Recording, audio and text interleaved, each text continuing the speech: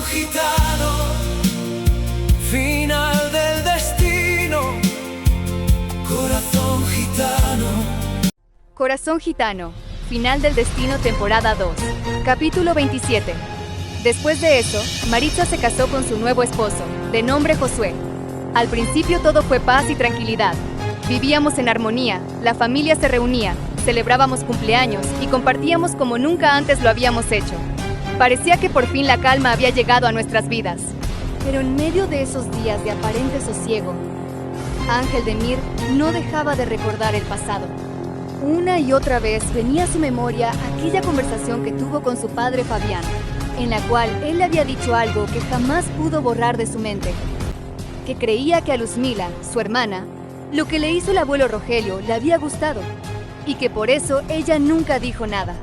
Y más aún, que seguramente lo mismo le había ocurrido a Lía, su madre, con su propio padre, y que por eso callaba y lloraba de aquella manera, sin revelar jamás lo que llevaba dentro. También recordaba Ángel de Mir cómo su padre, en sus momentos de ira y amargura, les decía a él y a veces a Jesús Miguel que no quisieran a su madre, que ella no valía nada, que no era la madre que merecían y que no debían quererla ni respetarla. Esas palabras se quedaron clavadas en su corazón como espinas, sin poder arrancarlas nunca. Mientras estos recuerdos atormentaban a Ángel de Mir, poco a poco Josué, el esposo de Maritza, comenzó a cambiar. Empezó a decirle a Rafael que la familia gastaba demasiada agua y demasiada luz, y sin que nadie se lo pidiera, comenzó a subir los precios de los servicios, mes tras mes, obligando a todos a pagar más, poniendo peso sobre los hombros de quienes apenas lograban salir adelante. Así, entre pequeños cobros y exigencias silenciosas, la tensión fue creciendo poco a poco, hasta que un día, durante una fiesta que se celebraba en el lugar, llegó un muchacho desconocido que de pronto se abalanzó sobre Casto y comenzó a golpearlo con furia. En medio del alboroto, Josué intervino, lo sujetó y lo derribó en el suelo. Y allí mismo, entre empujones y gritos, comenzaron a intercambiar palabras hirientes, amenazas y reclamos, y todo parecía a punto de estallar en violencia. Fue entonces cuando llegó Rafael, y con su presencia y voz firme, logró separarlos, calmar los ánimos y poner fin a aquel enfrentamiento que pudo haber terminado en una desgracia. Capítulo 28. Pasaron unos días más. Ángel de Mir seguía yendo al colegio acompañado de su gran amigo Iván. Un día, ambos se prepararon con mucho esmero para cantar una canción. Se dispusieron con todo el ánimo para presentarse ante los demás, pero al final, por razones que no estaban en sus manos, no llegaron a subir a la tarima ni a participar. Sin embargo, decidieron seguir adelante. Juntos se inscribieron en la banda independiente, con la esperanza de compartir su música y su amistad. Pero pronto comenzaron los problemas. Un día, llegó un mensaje en el grupo de WhatsApp diciendo que Ángel de Mir había afirmado que el instructor no sabía nada de su trabajo, cuando en realidad él jamás dijo tal cosa. Al día siguiente, apenas llegó al colegio, la instructora lo llamó y le reclamó con enojo, preguntándole por qué había dicho eso. ¿Por qué hablaba así cuando él no había pronunciado palabra semejante? En ese instante, un grupo de estudiantes se le acercó rodeándolo. Lo acorralaron entre todos, cerrándole el paso. Había uno que saltaba delante de él, levantando los puños, desafiándolo, diciendo que él sí quería pelear, intentando asustarlo e intimidarlo con amenazas y gestos de violencia. Pero Ángel de Mir se mantuvo firme, sereno y valiente, y les dijo con voz clara: si es verdad lo que dicen, tráeme la prueba. Si me muestras que yo dije eso, entonces yo lo creeré. Hubo discusiones, palabras alteradas, tensión en el aire, pero al final nadie pudo mostrar nada. Nadie trajo prueba alguna. Nadie pudo demostrar lo que afirmaban. Se dieron por vencidos, se apartaron y se fueron. Y así, nunca llegó ningún reclamo real ni evidencia de lo que lo acusaban. Mientras tanto, donde vivía Rafael, también se estaba gestando la mentira. Llegaron los familiares de Maritza y de Lucrecia y comenzaron a hablar cosas que no eran ciertas, a inventar historias y a difundir mentiras. Fue entonces cuando Josué comenzó a decir que había escuchado que Ángel de Mir afirmaba que él e Iván eran pareja, que eran como marido y mujer, y que incluso habían tenido relaciones íntimas. Todo eso lo inventó y lo dijo como si fuera verdad. Por la tarde, Iván llamó por teléfono a Ángel Demir, profundamente lastimado y confundido, y le preguntó con dolor por qué había dicho todo eso. Hubo grandes reclamos entre ellos, momentos de amargura y malentendido, pero no hubo pelea ni gritos. Ángel Demir le explicó con sinceridad que jamás dijo nada parecido, que todo era una invención, y poco a poco todo se aclaró. Iván comprendió que era mentira y entendió exactamente lo que había ocurrido, que todo había salido de la boca de Josué. Pero Josué no se detuvo ahí. También inventó que Iván lo había buscado para pelear en el pueblo, y muchas otras cosas más que nunca sucedieron.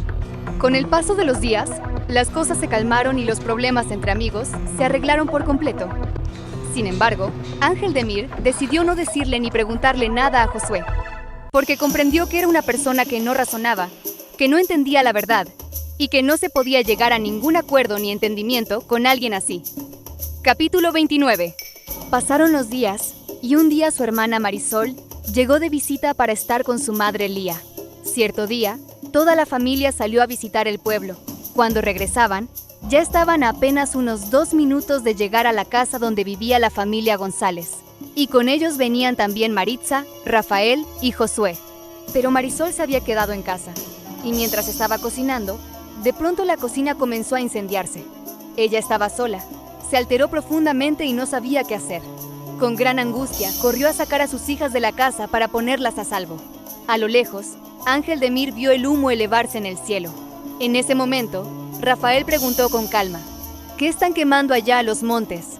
Pero Ángel Demir reaccionó de inmediato y fue a ver. Al acercarse, comprendió con horror que no era monte, sino que la casa se estaba quemando. El miedo y el pánico se apoderaron de todos. Sin perder tiempo, Rafael y Josué comenzaron a traer agua y a echarla con todas sus fuerzas sobre las llamas, luchando sin descanso para apagar el fuego y evitar que se extendiera y destruyera todo. Gracias a su esfuerzo, el incendio no avanzó más. Únicamente se quemó la cocina, y no hubo daños mayores ni desgracia más grave. Poco tiempo después, llegó a la familia una noticia que llenó de luto el corazón de todos. Ornaris González Guerra había fallecido.